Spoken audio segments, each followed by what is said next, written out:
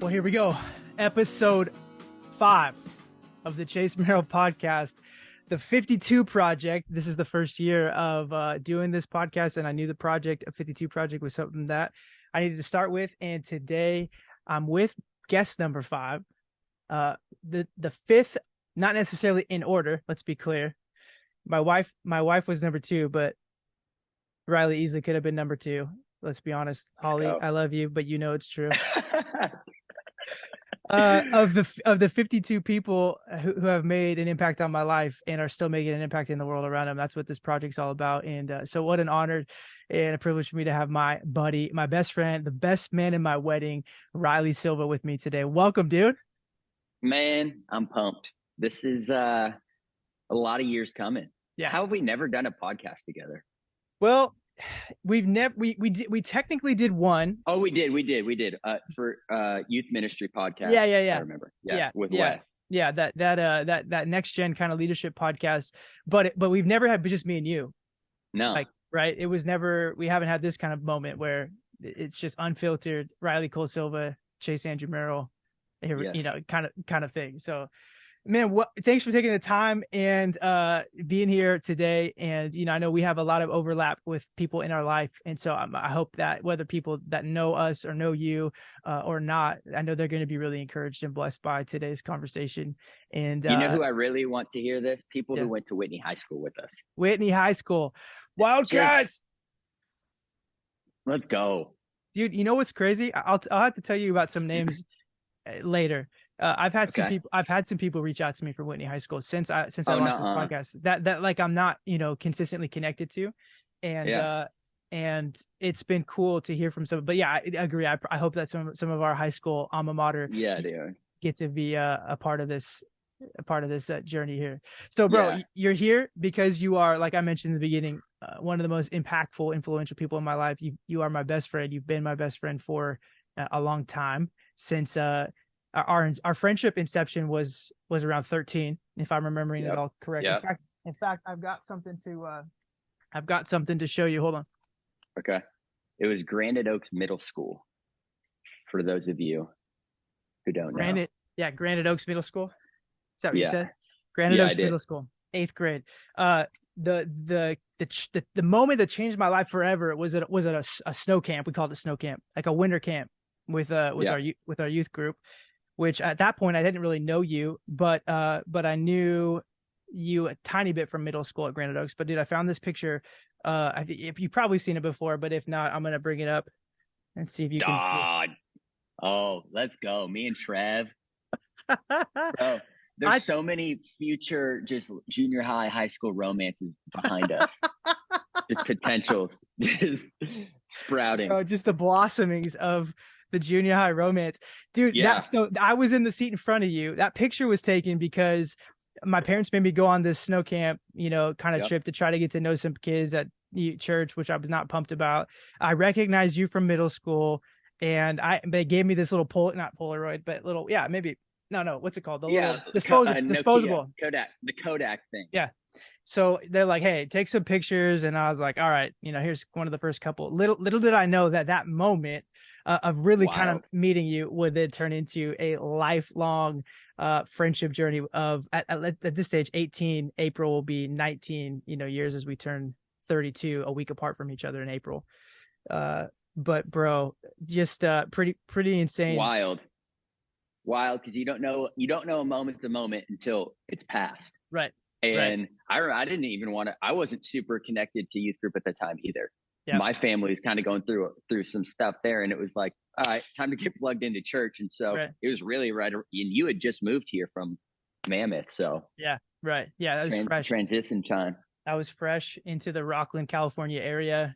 And, man, that trip changed my life. And I know it changed yours, you know, too. There's something that happened. The Lord really moved in you that trip, that winter camp, that began a progression of, I mean, because dude, let's be honest, you were as an 8th grader, the amount of just absolute swagger and like, you know, if you could even call it sexiness, I don't know if you can, and it might not be appropriate as an 8th grader in this way, but like there was this, like you had an aroma of a vibe around you that just not only attracted like the prettiest girls in school, but also like the cool guys, like the guys that wanted to be around you as friends. And I was always looking at you being like, dude, this dude, first of all, is super short. Like, and I was so short. I was short. I was short, but you were shorter at that time. Yeah. And my best friends at the time, I don't know if you remember, I'll say the names because who knows. Brennan Lane, Pat Stover, all these guys were over 6 foot as 8th graders. Right. And so I'm like 4'9", 4'8". These dudes are so much taller than me, and I'm rolling around with them. But you call it swagger. It was definitely just whatever I could muster up to compensate for my lack of height. Bro, you had such a confidence, and even if it was some effort of compensating, people were drawn to it. And I was drawn to it, but I just felt like it was untouchable for me. It was like you had a crew of dudes that were your dudes, and I was like just trying to figure out who am I, and who's even going to tolerate and like me here as an 8th grader, brand new school, 8th grade. But what happened after winter camp was that because we had a connection at that camp, coming back into school for the rest of the semester of that year before high school, we connected on a friendship level, and then really around like God stuff too. And that was like really for both of us where like God started becoming more real than like ever before moving into our high school years. Yeah. And it was probably at that age that God allowed us to have some cool experiences with him at that camp. Just moments that even now I look back on and I'm like, wow, I met the Lord. I had a moment where God spoke to me, or I felt his presence in an undeniable way. And so given the fact that I was kind of that kid, even through high school, who had 1 foot in, 1 foot out here and there, I was had these friends who were not necessarily serving the Lord and living that way. So I had that. And then I also had, God gave me the gift of Chase Merrell throughout high school, who, I mean, whether he knew he was that, or you knew you were that or not, I was constantly like, I probably shouldn't go to this party. Chase going to hear about it. Because Chase was like, he was the Christian guy, but somehow he pulled off being like the popular, cool Christian guy. You were discipling me in that world. You were teaching me what I needed to do to at least try. Yeah. Like if he wanted to do something cringe at lunch or something, I'm like, hey man, let's not do that. So we were a good balance. We were, and we've remained a pretty good balance even in after high school, and we did it. We did an internship together. I'm just kinda. I'm just laughing. I'm not laughing at the internship or anybody involved. I'm just laughing. No. I'm thinking about that season, bro, and that was a big deal. We graduated high school. Came into and man, let's acknowledge we had the best youth pastors and youth ministry in the world. Shout out to Kyle and Marcia Bethke, Pastor Kyle, Marcia Bethke, who are some ride or dies for us here as mentors and people in our life that were our youth pastors. They made the way they made youth ministry like so much like bigger, not bigger in the size of music, although it was big. They just made it like so much bigger than like you could ever imagine youth ministry could be, like worth diving all into with the Lord. Like, it was not just this thing that you attended. It was, hey, come be a part of something that's going to transform your life. And you bought in, and it wasn't because of, I mean, we had some cool stuff. We had like fat night. I remember that. We had a massive food fight and we had fun stuff, but like they were always people who got into life with you. And that's the first time I met them, was in the middle of a traumatic experience in my life. And I met Kyle, showed up in the middle of it. He's like, I'm the new youth pastor from Texas, and the rest was history. And so they were foundational for sure. Yeah. And when I think about so much of those formidable years in high school and then right after going into the internship that they were leading, there's so many, even now, been in ministry since graduating high school for 11, 12 years and leading a church now and being a part of all kinds of different roles. There's so many Kyles and Marcia isms that come out of me without even, they're all subconscious in my DNA. And and I freaking love it, So they had an internship that we were like, yeah, let's do it right out of high school. And we won't get into all of that journey, but at the end of the day, it was a 2-year program, right? 1 year commitment, but everybody 1 year commitment. Yeah. I think like one intern in the history of that internship did only 1 year. Everybody did 2.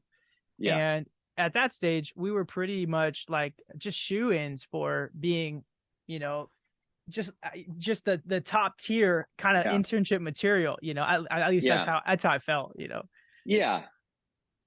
Like us doing the internship both 2 years was expected. Like if you knew us in the middle or high school group and college or the ministry, we were an obvious, like, yeah, this is what they're doing. 2 years, going to work on staff with Kyle, stuff like that. Yeah. And we hit a hard hezzy at about 6 months in. 6 months. Dude, I told this story last night. No way. I preached at a high school group last night, and I told this story. So it's fresh. The gist of that was that, man, there was a lot of, when we got into it, there was a lot of, when I look back, immaturities on my part, that when I think if I could have go back and do it all over, there's definitely the piece of me that's like, at least I wish I would have been a man of my word and fulfilled a commitment of at least that year. Yeah. And yet, as we took a step out prematurely at 6 months and left that to jump into other things, when I look back on both of our lives, the sovereignty of God was also all over that, so I mean, I could totally see where I wish I would have grown and just leaned in and committed more, but then also the fact that like the Lord just turned all of that ultimately for his good, for our good and his glory, Totally. I'm sure there's a piece of Kyle Marcia that still, kind of hold like a Kyle still mentions it. We went to dinner a couple months ago. He brings it up. Well, go ahead. I was like, what's so funny with that? All of that though is right. So we both quit early, and yet like but we both like came back at one point and worked at and were employed by that church, same church, and we're probably on staff longer than anybody who was an intern for both 2 years. So. I don't know. You tell me who is right and wrong. I don't know. Oh man! But so we've been through a lot together, and that was just coming out of high school into our early adult college years, which there wasn't much of that college. We think we each did like 6 credits at Sierra College, community college there. I think I got 3. Okay, nice. Yeah. Sociology of sport was my 3 credits I got. Let's go. That was cool. But bro, I mean, the way that we've stayed connected over the years, through ministry, because you did end up going back on staff at that church, and after doing some Bible college out in the East Coast, right? And we're there for several years. How many years do you know off the top of your head were you at Destiny? 2012 to 2020, so eight years. About 9 when it was all said and done. And that was the church that we grew up at, or we're talking about. 8-9 years, by the way. Like, I think about that for a young adult, for like a millennial. That's a long time. That's a long time. I know. I feel like 8-9 years is like, in normal adult, years, like that's like 8 years is like 16 or 20, like middle age pastor kind of years. Kind of crazy, but God used that church in a powerful way in my life to almost as an incubator to grow me in areas that maybe where I wasn't going to be able to get the growth at home or other environments. God used that place and the leadership and the people there to just help me become who I am today. So it was God's favor was on it. Yeah, it was. And man, just to honor that church and the people that have been a part of that, the leaders that have been a part of that, pastors that have been a part of that for a long time. I think about Pastor Greg and Kathy, who Kyle and Marcia, they gave a shot. Like, had it not been for their willingness to be like, these young guys from Texas, and Marcia was from the Bay Area, newly married at that time, they hadn't even had a kid. Like, let's get these guys over here to be our youth pastors and invest in them. And then not only invest in them to get there, but throughout the years that Kyle Mercia were our youth pastors, to continue to go, we believe in the youth ministry of the next generation, and we want to pour into this so you guys have everything you need. That kind of thing doesn't happen in every church. No. And not every pastor has that kind of willingness to go, this is going to be a value, so that, I believe in this. And so to just honor them in that, it wouldn't have happened had it not been part of that, that you talk about the incubator, but part of that church and the way that they did that I'm thankful for. But so you had 9 years, and then had a pretty significant transition out of full-time vocational ministry, which is a big deal as well. Yeah. And you were paramount in the midst of all that, just because I had been feeling transition probably for 2 years before I had left. And Chase is you're somebody who I've always like, hey, help me wrestle with this. What does this mean? Either partnering with me in prayer or giving me encouragement through it. But I had kind of sensed like, I think God's maybe switching me, changing something in me to take a step. And I thought that was going to be pretty quick. And what I've learned throughout my entire life is the importance of timing, of God's timing. And the transition really came down to God's timing. And it was 2 years of almost being like, I feel like I know I'm not going to be here super long term now, but God has still given me this ministry I got to be faithful in. And so it was this weird friction of what's next, but also honoring what's now. Yep. And which is so hard to do, by the way. Dude, it's brutal. And so I remember you gave me Genesis chapter 12, verse 3, God speaking to Abraham, and he says, all right, Abraham, you're going to leave your father and mother's house, their land, and go to a land that I will show you. And you gave me that in a moment of encouragement. And at that moment, I kind of put it in my back pocket. I'm like, all right, we'll see what that means. And then come 2020, COVID happens, and it's like God reminded me of that verse 2 years later, and it said, you're going to leave your father and mother's land, the land that you grew up in, and go to a land that I will show you, meaning you're going to step into the unknown. And it's going to be uncomfortable. And it was so awful, but needed for me. It was awful because it's uncomfortable. That unknown is so uncomfortable. But everything up until that point in my life was pretty easy in the sense of like, it was just kind of the template was drawn for me. Right. My grandpa was the president of the Bible college I went to. So I got to go to Bible college for free, 2 years, kind of easy. I was back here, got an internship from Pastor Greg, and he's like, hey, why don't you come on staff? Easy. Like, and then I was there for 9 years. Right. So God kind of had to call me I think for my development as a man. Yeah. That's the only thing looking back. I feel like it wasn't anything necessarily wrong. It was, I need to develop something in you. Yeah, absolutely. That hasn't been developed. And so that's been my journey since then. Yeah. You mentioned like so much of your life story is really a story about God's timing and timing in general. One of the things that like, so coming out of 8th grade, swaggy, like got all of the ladies at his beck and call, all the way even through high school type of thing, into young adult years where everybody still wanted you. And then especially when you got in a ministry, you were the single young adult pastor for a while. And it was like, I feel like 70% of the people that were women that came there, came because they're like, maybe I have a shot with bro. It was the anointing. It's right. Oh, that's right. That's what we call it. Okay. So so, okay. Where I'm going though is, there was like, you'll have to give me your perspective here, but I'll share like mine from the outside, but being close to you at the same time. Yeah.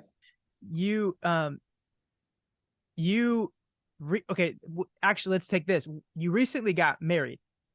Yes. Ellen Silva, my lady. You got a bride. Yes, I do. How long have you been married? It's been 7 months. Okay. 7 months. 2nd. Right. So we're talking fresh. And And it's a great place to celebrate. Homeboy's got a little boy on the way. Let's go.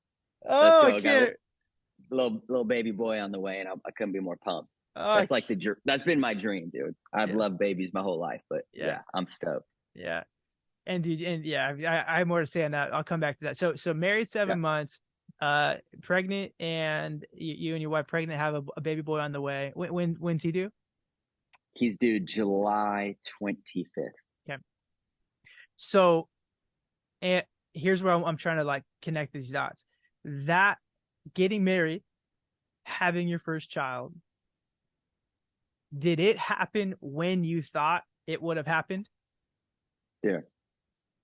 It was so delayed. It's sickening. Like, so, because picture, back at that time when we were coming up through high school, all our parents, our youth pastors, everyone like that, they got married at 21, 22. Right. And so in our heads, in my head, in your head, we talked about it. Like, all right, so once we go to college, we're going to find a wife, we're going to get married, we're going to jump into ministry. Pretty much that's how it's going to work out. And so that wasn't just like my idea. That was just how it went. Right. And so that's then how it went for you. You got married at 20? I just turned 20. I just turned 21. Yeah, I just turned 21. So, and I'm the best man in his wedding. So I'm standing there, I'm right next to him, and I'm like, all right, here we go. Yeah. Like Chase is up, I'm next. Right.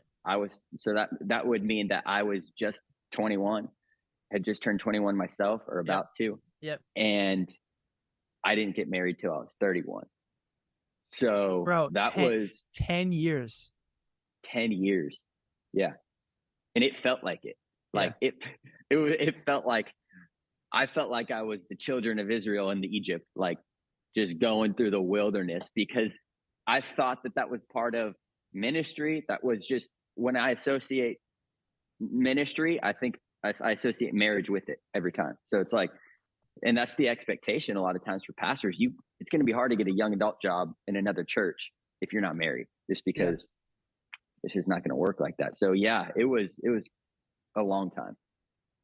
So when you think about that, because here's what I know to be true. There's a lot of people that's part of their story.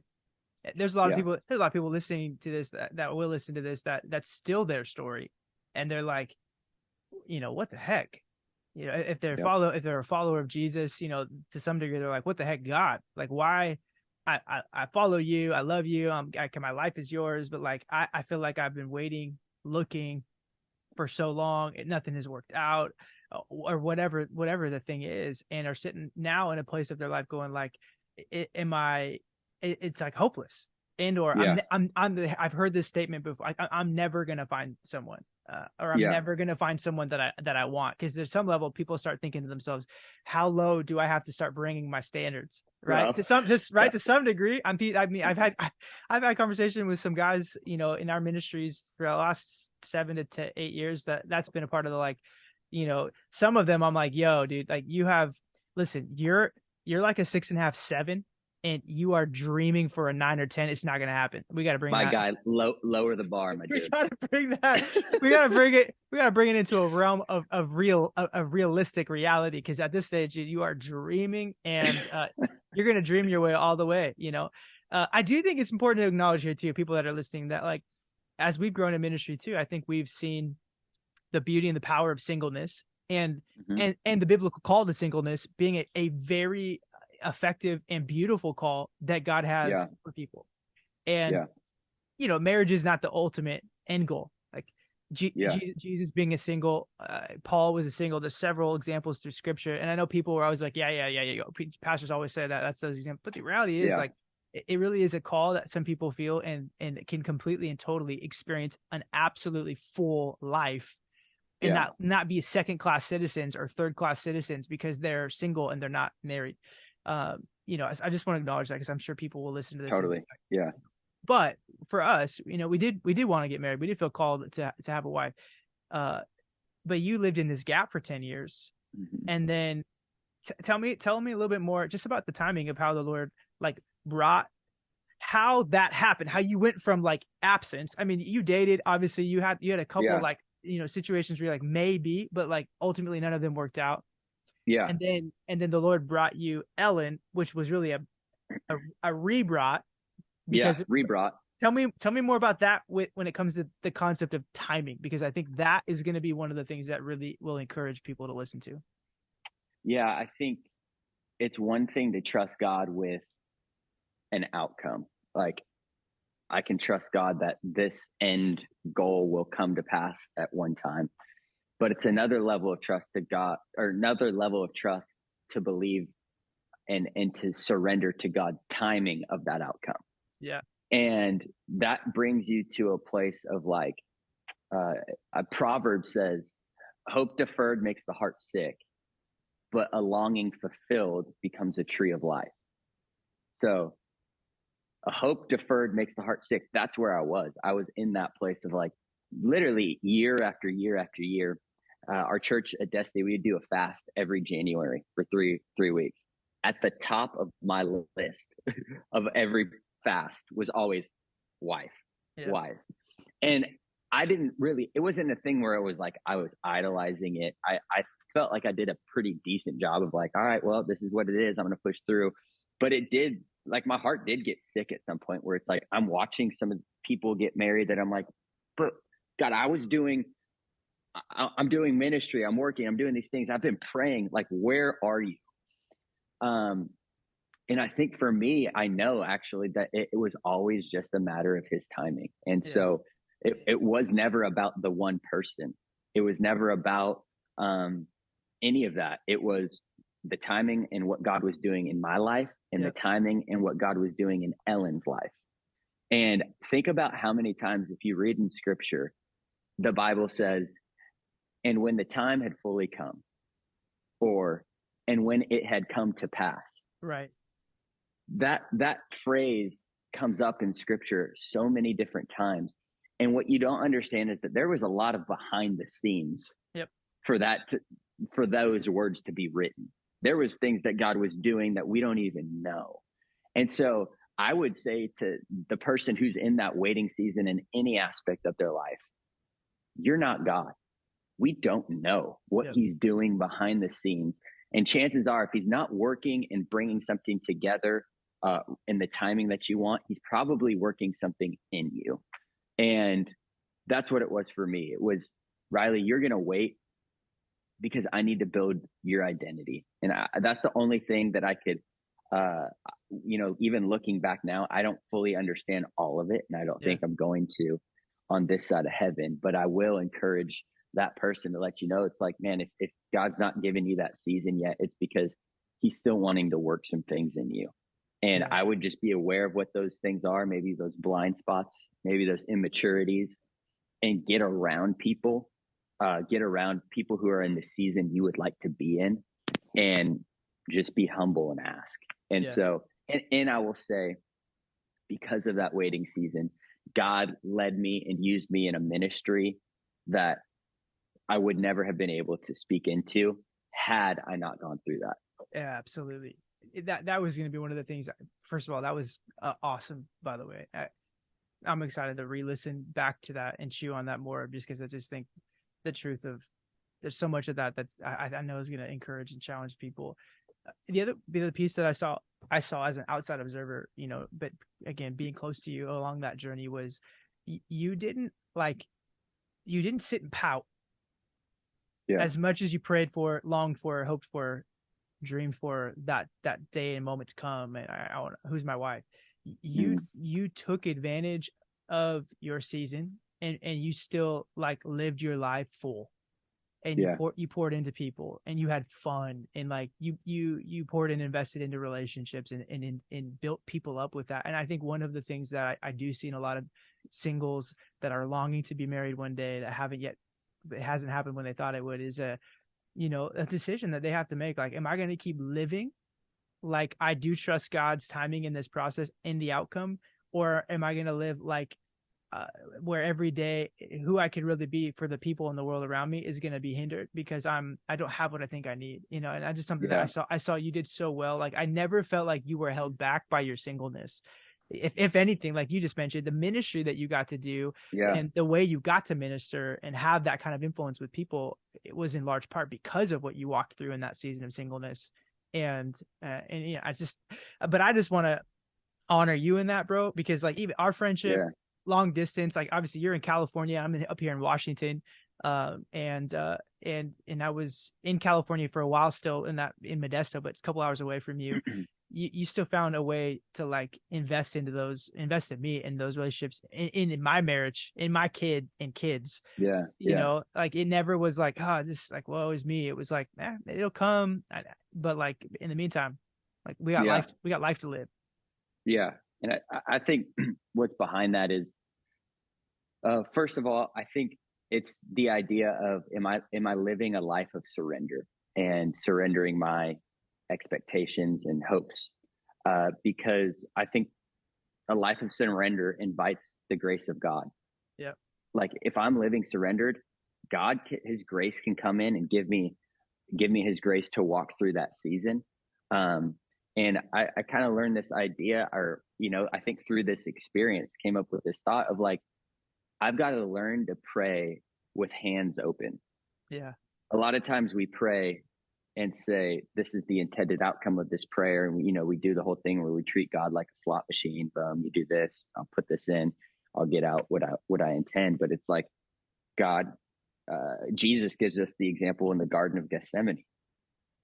God, Lord, if it's possible, Father, let this cup pass from me. Nevertheless, not my will, but your will be done. And my grandpa always said, if you want God's will more than your own will, then you're in God's will. Say that again. If you want God's will more than your own will, then you're in God's will, because the will of God is not a place. It's not a person. It's the posture of your heart. Yeah. And so God is really after your heart. And so he'll allow, there's a quote that says, God will often confuse the mind to reveal the heart. That's not fun. No. But he'll do that to reveal your heart, and he'll allow me to go through a season that's a lot longer than yours, 10 years, to say, okay, it's going to look different. You guys I got different paths for you. Will you still stay surrendered? Will you still give me your heart? And in that, I think I still just trusted that God was good. And if I knew God was good, then I knew he had a future for me. And if it wasn't happening right now, because it wasn't good for me right now. And I just had to settle with that. Yeah. Yeah. So good. So you've been married for 7 months, to Ellen, who is incredible, you know, by the way. Just, I couldn't, as a best friend and somebody that's known you since 13 and all of these years of journeying through all of this, I could not have prayed for or hoped for a better bride, a better spouse, a better partner than Ellen for you. And dude, she keeps you on your toes. Like she's nails. Yeah, she is. She's lights out for you, bro. And I mean, just God, again, to speak of God's goodness in that surrender, like you didn't have to settle an ounce. Like somebody needs to hear this today. In the waiting and surrender, it does not equal or always necessitate like you having to receive or accept less than what God's best is for you. And I think your marriage, you know, to Ellen is a huge example of that. Yeah.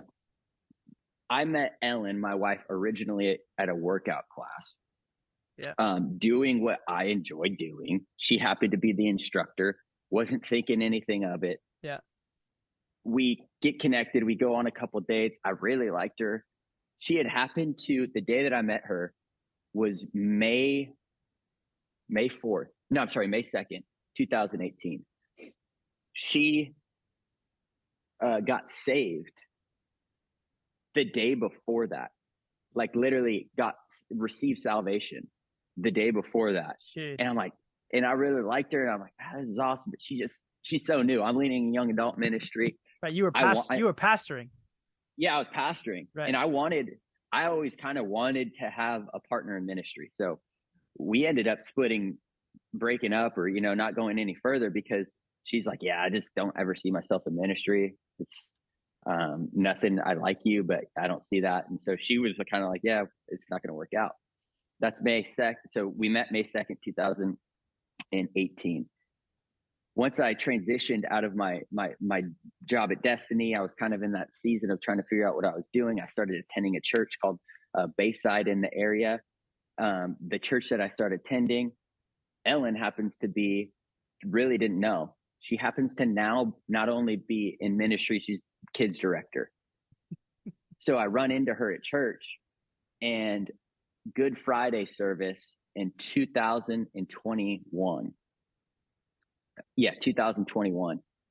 She's preaching the Good Friday service, and I'm watching her. I'm like, oh my gosh, she's attractive. She's all these things. I'm not saying that it was the Lord saying, but I was like, that's the kind of, I want to marry someone like that. Yeah. And you're just transitioned out of ministry, and she just was transitioning into ministry. Like, just thinking about that time frame. Oh no, here's what happened. The day before that, we went on our first date. That's it. Okay, yeah, that's right. We went on our first date in 2021, May. The next day she preached, and I was like, yeah, I think I'm going to marry her. 3 years to the day that I met her. Tell me something about God's timing. Yeah. You know what I mean? Yeah. And anyway, if that doesn't happen for you that way, that doesn't mean God's not in control and in it. But I'm just saying it was cool for me for God to be able to wrap it full circle and say, hey, I had you the whole time. Yeah. So your whole journey of timing, and even some of the difficult valleys that you had to navigate throughout your life.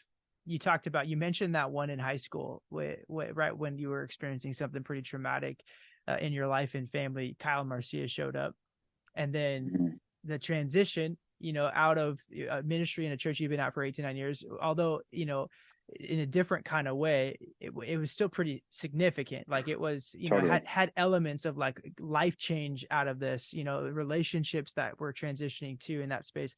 That was a big deal. And then stepping into finding the right timing of the Lord with Ellen, getting married, and around all that, there was another pretty significant, like, impacting thing happening. So it wasn't all like roses getting married. No. I mean, it was a season that like you were having to navigate.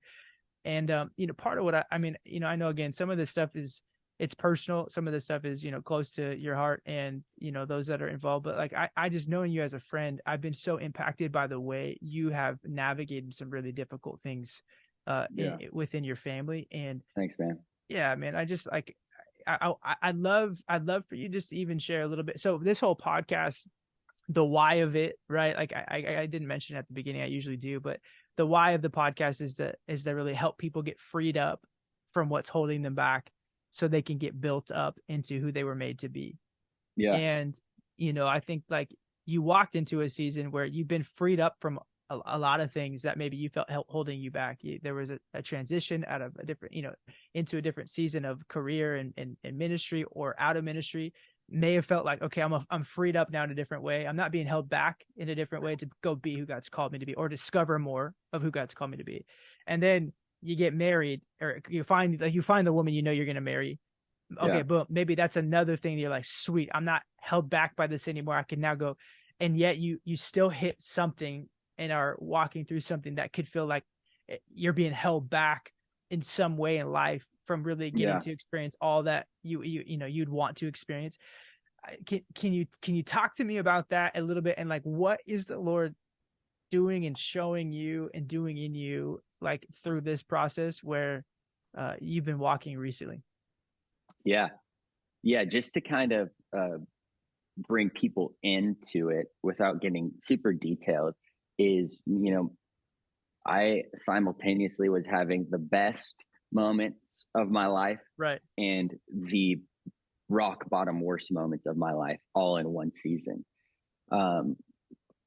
Basically everything that I kind of knew as a family, our family just got attacked on a whole nother level. And what I would call, for me, it was a season of just real suffering, real disappointment, real rejection, things. And probably people can, without knowing details, understand the emotion and the pain behind what I'm about to say. Is that it's those moments where it's just like, why, God?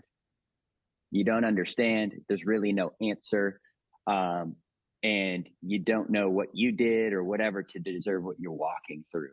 That was the season that I was in, and just things happening to me that basically I felt like I was getting washed back and forth by the wind and the waves with no steady ground to stand on, simultaneously going through some of the things that walking in some of the answers to prayer, right. The marriage, the ministry, the future that I was stepping into. And I even shared with you, I think a month or so ago, after a counseling session, I started going to therapy just to work on some of the trauma, I guess, and some of the things that I was dealing with. And I felt like talking to my therapist. Yeah, let me pause you for a second, because just sorry, hold your thought. I don't want you to lose it.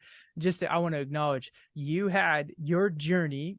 Again, like, we had a lot of parallel life outside of the marriage and the kids side of things. Like, we lived pretty parallel lives from 8th grade all the way through, right? Like, outside of the timing of, like I said, marriage and kids, but like ministry, all that stuff, right? Boom, we kind of lied. And so because of that, some of that, like, just how we were wired and built, very similar too. At some point I'll share more of my journey on this podcast and maybe a future episode, but with like counseling and therapy. But you introduced me to, I don't remember when but part of what the season you're talking about, I remember you saying, like, I think it was at another local church or something in the area. You began to go and begin to experience counseling for the first time. And I remember listening to you talk about it and being, first of all, like, I've always was like a little bit like, like, like counseling's like just not for strong people like me, or like, like that's how I felt, to some degree. I always recommended people to, they need counseling. But it wasn't until you were vulnerable with me and you're like, I'm actually like going and getting some counseling to walk through some of this stuff, that I began to open my eyes and my heart to, like, okay, if a dude like me, who I look at and I'm like, strength, like confidence, security, it is taking that approach to begin to do that. Like, maybe the Lord has something in this space that I need to consider, which really cracked open the door eventually for me to really begin to experience some of those things that come through counseling and therapy. Like, I'll get in another time, but I just want to say thank you, because that I think where a lot of people, they can feel a lot of unhealthy or negative things, or the taboo around that world still, even especially in ministry. I also think with guys, there's another layer to it to some degree. Women and men, obviously both, but I think there's a persona or an expectation around guys more than women around strength and, like, I've got it all togetherness, that going or experiencing counseling and therapy kind of clashes against some of that, like, imagery that we feel like at times we may have to maintain. You showed me a way that I had never really considered before. And so since then, like, I have been going through and doing counseling and therapy. Awesome. Right. And it's changed my life. I'll talk about it later, but just want to pause that and say, dude, thank you. Because of course, you opened up a door I didn't even know needed to be opened or could be opened. So, okay. Back to, you were at just a month ago or so when we talked. Yeah. So I was filling you in on some of my therapy sessions and what I've been learning. And it was actually, we were talking about your podcast because you were about to start your first episode. That was before we started. And so you and I, in the context of our conversation, was like, you've always been such an incredible, like, dreamer. You start things, and I've never been able to, like, I just don't start. Like, I have a fear of commitment or jumping in at times. And I is going through this trauma with my therapist and just talking about, man, I felt like I've given up on dreaming. I felt like I was telling him, like, I feel like this experience, this pain has robbed me of my passion for the things of God. I still loved that the Lord was still, all of that, but I stopped dreaming and I got stuck. And I was like, can you help me dig out of this? And my counselor is awesome. He's kind of this Mr. Rogers in his upper 70s kind of guy, just very calm, but to the point. He's got a little sweater on all the time. And Gerald's his name. He leans back and he goes, Rylie, there's a difference between keeping a record of your pain and rehearsing your pain. Mm. And he said, the reason you're stuck is because you keep rehearsing pain. He said, Paul kept a record of pain. He said, I was beaten, I was shipwrecked, I was put in prison, and he bullet points his pain. But he said, if you ever have to describe what you've went through in over a minute, you're rehearsing it. Wow. He's like, it's one thing to share a testimony, a record of your testimony. It's another thing to rehearse the pain, because when the problem is, what begins to happen is that you begin to rehearse the pain, your body actually goes back to that place of pain, and you rewind the hands of time and you're back where it happened. And then you go to a place of like, man, that's why you're stuck, because you can't get beyond it. And that I was like, well, how do I like get to a place where I'm not remembering it all the time? How do I get to a place where I'm like not constantly thinking of what happened and even having dreams about it? And he said, here's the key. If you want to get unstuck, you got to understand you're not a victim. Just look me dead in the eye. You're not a victim. There's no such thing as a Christian who's a victim. The cross should rid that of your vocabulary. Yeah. Because Jesus was beaten, slandered, he was murdered, falsely accused, spit in his face, yet he still wasn't victimized. He said, no one took his life, but he freely offered it up. Yeah. He wasn't a victim. So because you have the resurrection power of Christ in you, you will carry your cross. You will have moments of suffering, but you're not a victim. Yeah. The idea of victimization keeps you stuck. There's an old fable story about a woman who, and I read it in this devotional, a woman who was on her wedding day. She's about to marry the man of her dreams. And she's getting ready for the wedding. Her bridesmaids are in there. This is the day she's dreamt of her entire life. It's 2:57 p.m. The wedding starts at 3. So she's putting her shoe on. She's only got one shoe on. And in walks her maid of honor. And she's sad. She's downcast. She says, I've got terrible news. Your would-be husband can't do it. And he left her at the altar, abandoned her. She kicked everybody out of her room and decided that she's never going to live beyond this pain. So she turned off the clocks and she lived her life for the rest of her life in that house, in that room, in that dress that was once white, now yellow and torn and shredded. One shoe on, the clock stopped at 2:57 p.m. And a lot of us allow pain and trauma to keep us at 2:57 p.m. Yeah. With one shoe on, with the same dress, because we're rehearsing pain. Yeah. And I'm just here to tell you that the only thing that can keep you from God's plan in your life is you. Everything that God has ordained for you to do is possible.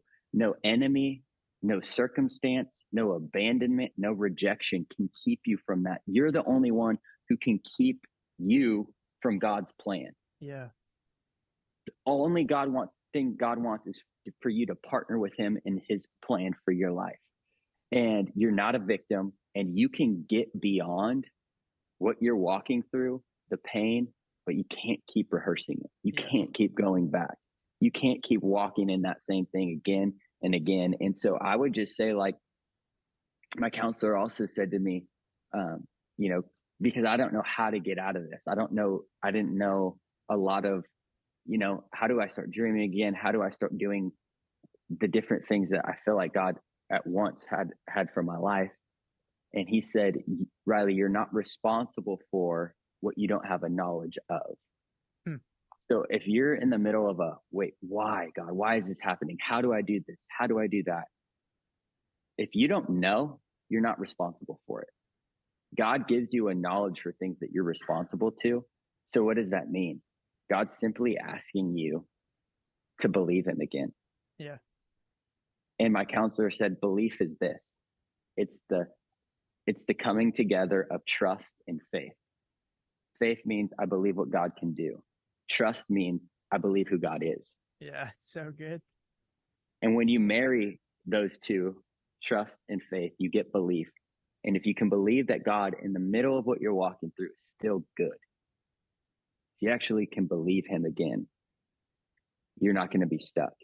Yeah. Because you're not a victim, you're a victor, and God's still good. Yeah.